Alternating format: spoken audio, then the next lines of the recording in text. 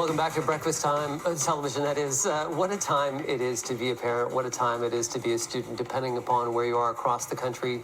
Some students already headed back to in-class. Other students being told that next week they'll be back in class, and some remain online.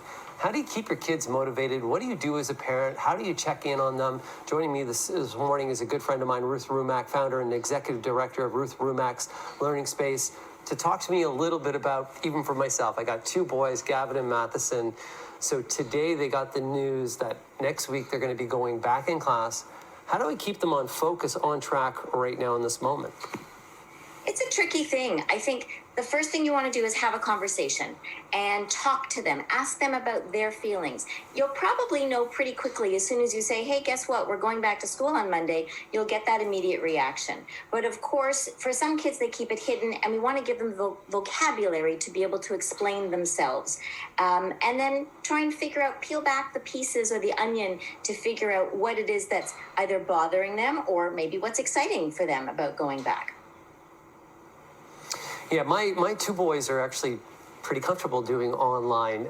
But, you know, even for myself, I'm not really confident how much they're learning by being online. I think school is really important. I think being in class is being important as well. When should I be checking in on them? And should I be asking their teachers, how are they doing?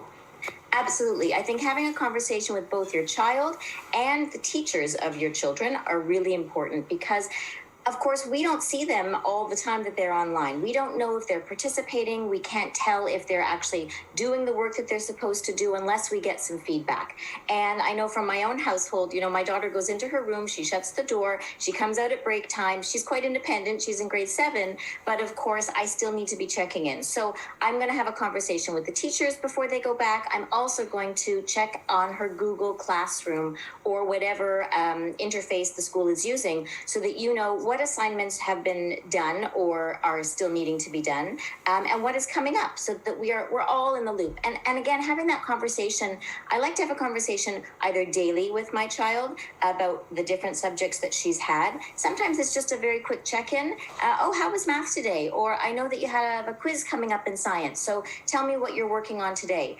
Sometimes when I know she's got a lot of things to do, we'll sit down together and go through everything, single subject, to make sure that she's not missing anything when there's a lot going on. Some parents are just so busy, they don't actually have the time to sit down and to invest in their child. There are ways that you can, or other resources that you can go and reach out to, and when's a good time maybe you need extra help? You know what? Extra help is, I think, really important at this point in this juncture in the pandemic, because we've lost so much time over the last 2 school years. And for some kids, that's really dramatic because maybe you have a learning challenge. Maybe you have a focus and attention challenge. Maybe things are just moving so quickly online that you can't keep up. Or the switch between in-person and not in-person is really stressful for you. So when you find your child struggling, when there are a lot of tears, when you as a parent are stressed and you can't handle keeping up with what your children are doing, that's a good time to seek some outside support. You know, at Ruth Rumack's Learning Space, we're working with students all the time. Some of them are extremely high achievers and are doing extremely well, but they're just feeling uneasy about the virtual environment. So they need that continuity and some stability. And just quickly, how are your children doing? How is your child doing right now? You know, my daughter is lucky to be at a school that was already quite connected and virtually connected. And so the transition for her was okay. But I know so many families who are really struggling. It's tough. It's super hard when you have more than one child, a young child at home that needs your attention. You may be working full time. You're trying to monitor what the child is doing. It's not an easy situation. And I think as parents, we have to give ourselves a bit of a break as well. And sometimes it's not just about driving home. You got to get this done. You got to get this done. Sometimes you have to take a break as a family and say, we're not doing any work today. We are going to have a pizza party. We're going to turn on the music. We're going to have a dance party. We're going to watch a movie. Something that, and I don't mean during the school day, but let's say on the weekend, take some family time.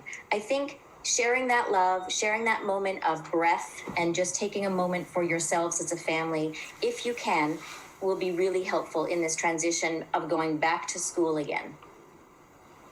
Thank you very much, Ruth. Of course, we all need something to look forward to. We don't know what's to bring, what the next few weeks and months will bring us, but for more information about Ruth, you can find that on our website. Stay healthy, stay happy, Ruth. We're going to take a break right now.